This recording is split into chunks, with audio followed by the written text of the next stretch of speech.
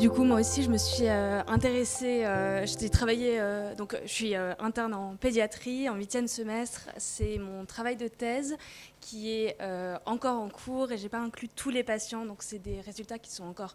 C'est une présentation qui est un peu plus sommaire que celle de Marie parce que j'ai encore pas mal de patients à inclure. Mais donc, en gros, moi, je me suis intéressée à l'évolution des histiocytoses de Langerhans anciennes cutanées simples, donc sans atteinte multisystémique au diagnostic, chez le moins de 1 an.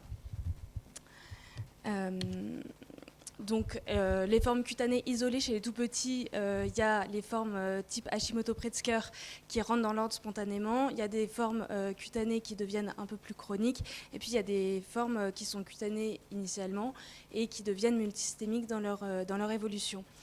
On ne retrouve pas dans les études qui ont été faites récemment de facteurs prédictifs d'évolution vers une forme multisystémique, mais on n'a pas forcément des effectifs dans ces études-là qui sont très importantes. Dans le PNDS, quand on reprend un peu les recommandations, il n'y a pas de recommandations spécifiques sur le suivi de ces formes-là. Et donc, on recommande le même suivi que pour les autres formes d'histiocytose, c'est-à-dire un suivi clinico-biologique pendant 5 ans avec cette bilan biologique en moyenne quand on reprend un peu le suivi dans le PNDS. Donc, l'objectif de ma thèse, c'est d'évaluer un peu la prévalence d'évolution vers une forme multisystémique de ces patients qui ont une forme cutanée simple chez les tout-petits et de m'attacher à décrire dans un objectif secondaire les différences cliniques entre les deux groupes. Je m'intéresse aussi un petit peu à l'apparition sur le suivi long terme de pathologies associées, mais je ne vais pas vous en parler parce qu'en fait je ne trouve pas grand-chose et que je n'ai pas fini d'inclure mes patients. Donc voilà. C'est une étude qui est multicentrique, qui s'est faite en 2 temps. En fait, j'ai commencé par les patients de Necker et puis j'ai pris contact avec Jean et donc j'ai pu inclure beaucoup plus de patients grâce au registre des histiocytoses.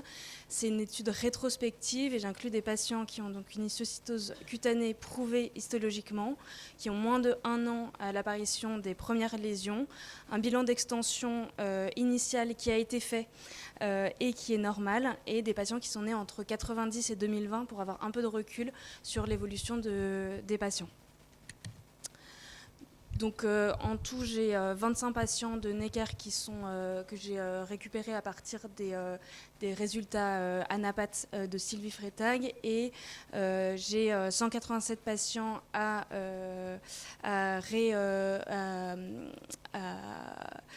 regarder dans Histiobase et finalement sur les 100 premiers patients dont j'ai regardé les dossiers, j'en ai inclus 52 parce qu'un certain nombre n'ont pas de dossier papier, ils ne sont pas nés au bon moment, ou alors il n'y a pas de bilan d'extension après le diagnostic parce que ça avait évolué entre-temps et que donc il n'y a pas eu de bilan d'extension qui ont été faits. Quelques doublons avec des patients de Necker qui étaient déjà inclus dans Histiobase. Voilà. Sur ces 77 patients au total, j'en ai 20% qui évoluent vers une forme multisystémique.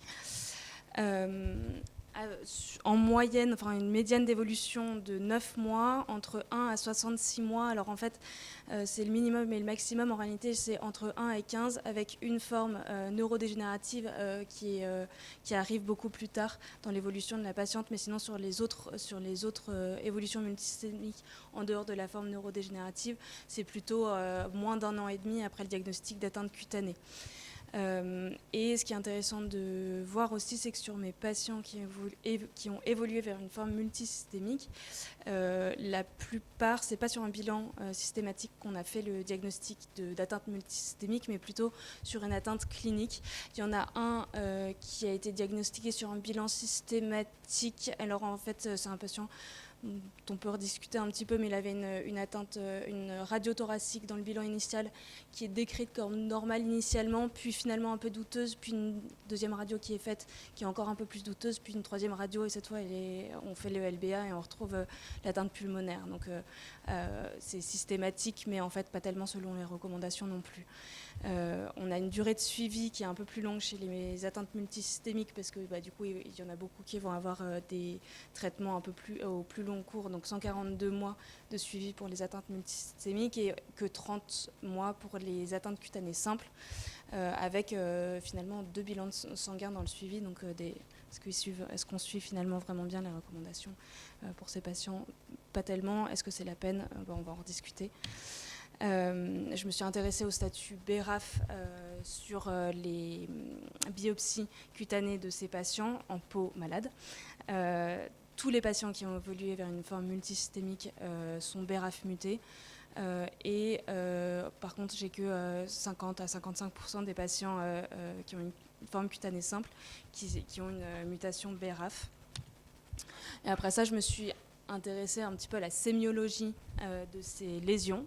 Donc on a l'impression, alors tout ça comme c'est encore en cours et que j'ai pas encore tous mes patients, j'ai pas encore fait mes stats vraiment, donc on va parler de pourcentage et de données brutes on va pas pouvoir parler de significativité des résultats.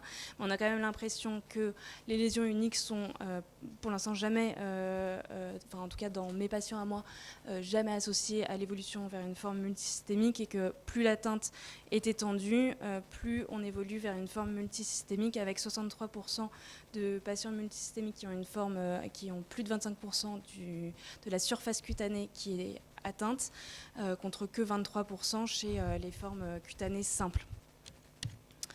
Je me suis intéressée aussi un peu au type de lésions. On retrouve pas forcément beaucoup de différences très significatives parce que j'ai un certain nombre de choses où j'ai des petits effectifs, mais on a quand même l'impression que pour les lésions purpuriques, elles sont un petit peu plus spécifiques des atteintes qui vont évoluer vers des formes multisystémiques, avec 64% de patients multisystémiques qui ont des lésions purpuriques initialement au diagnostic, contre que 20% des formes cutanées simples.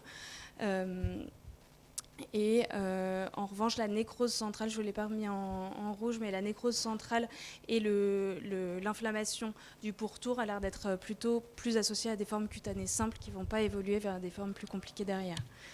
Je vous ai remis un petit peu des photos, mais Marie en a mis avant moi, du type de lésion qu'on peut trouver. Les deux patients qui sont en haut, A et B, c'est des patients qui évoluent vers des formes multisystémiques derrière, avec des atteintes érosives et purpuriques du cuir chevelu et des plis.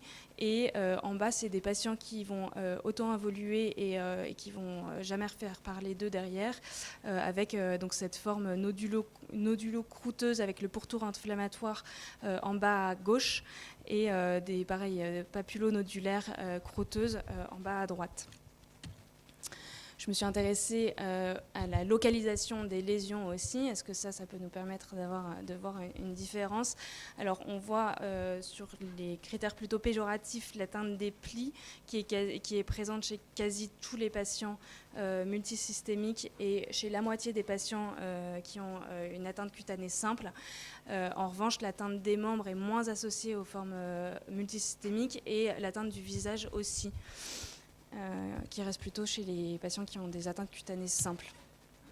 L'âge d'apparition des lésions, on a l'impression que plus ils sont petits aux premières lésions, moins ils évoluent vers des formes multisystémiques, sachant que de toute façon c'est chez des petits, parce que c'est le fait de faire une histiocytose, une atteinte cutanée avant 2 ans est plutôt critère de mauvais pronostic, mais là c'est tous des tout petits, tous des moins de 1 an, et donc les cutanés simples font plutôt, les atteintes cutanées simples, il y a plus d'atteintes congénitales, mais on en voit aussi chez les formes multisystémiques. On verra les études statistiques si on arrive si c'est significatif ou pas, mais je ne suis pas certaine. Après ça, il y a l'âge d'apparition des lésions avec les patients qui ont une forme multisystémique, qui ont des lésions qui apparaissent plutôt à 3 mois, entre 3 et 4 mois, qui va bien avec les descriptions de l'Iteraire Seaway, alors que les cutanées simples, c'est plutôt avant 2 mois, même si on en voit chez des patients qui ont 11 mois au diagnostic aussi. Donc la force de cette étude, c'est que c'est une cohorte multicentrique qui est, à ma connaissance, il n'y a pas de plus grosse cohorte descriptive de cette population. en se concentrant uniquement sur les atteintes cutanées. Après ça, les limites, c'est que c'est un travail en cours, donc je n'ai pas encore de stats à vous proposer. C'est un recueil rétrospectif avec du coup toutes les limites du recueil rétrospectif. Donc moi je me base pas sur des photos, mais sur les descriptions dans les dossiers. Donc on a parfois des lésions qui sont pas très décrites, par des médecins qui sont pas forcément dermatologues, donc avec une sémiologie qui est un peu, une description sémiologique qui va un peu vite. Et c'est assez difficile d'évaluer la surface cutanée atteinte parce qu'on a parfois des atteintes qui sont plus en plaques où là c'est plus facile de savoir la surface cutanée, mais quand c'est des petits boutons qui sont disparates sur le tronc, c'est difficile de savoir. Souvent dans les descriptions, dans les dossiers, je vais retrouver atteinte disséminée du tronc, mais en fait, où est-ce que je les classe, c'est un peu la question quand on n'a pas de photos. Et on a aussi un suivi qui est un peu plus court chez les atteintes cutanées, mais on a quand même 30 mois, ce qui est... donc on est à peu près sûr qu'on ne passe pas trop à côté d'atteintes qui évoluent plus tard vers les formes multisystémiques, parce que généralement c'est plutôt moins d'1 an et demi après les premières lésions cutanées. Donc on a l'impression de voir peut-être, selon les stats encore qui restent à faire, une population qui est un peu plus à risque, donc l'apparition plus tardive des lésions, une atteinte des plis, les lésions purpuriques et la mutation BRAF, mais tout ça c'est des choses qu'on voit aussi chez des patients qui vont rester cutanées simples. Au contraire, on a peut-être une population qui a un risque moindre d'évoluer vers une forme multisystémique, notamment les lésions uniques, peut-être l'atteinte du visage et l'atteinte des membres, même si c'est pas si clair que ça, parce qu'il y a d'autres études qui nous montrent qu'on peut trouver des atteintes des membres chez des patients multisystémiques. Donc à comparer à la littérature, et encore une fois à compléter avec les données qui me restent à inclure. Et on peut poser l'intérêt des bilans systématiques chez ces patients qui ont des atteintes cutanées simples, parce que finalement on voit qu'on diagnostique chez tous ces patients l'atteinte multisystémique sur des formes cliniques. Donc il va y avoir de la fièvre, une altération de l'état général, une splénomégalie, quelque chose qui va faire répéter le bilan à ce moment-là, et donc en fait les bilans systématiques ne nous permettent pas de les attraper plus tôt et de les traiter plus tôt, ces patients-là.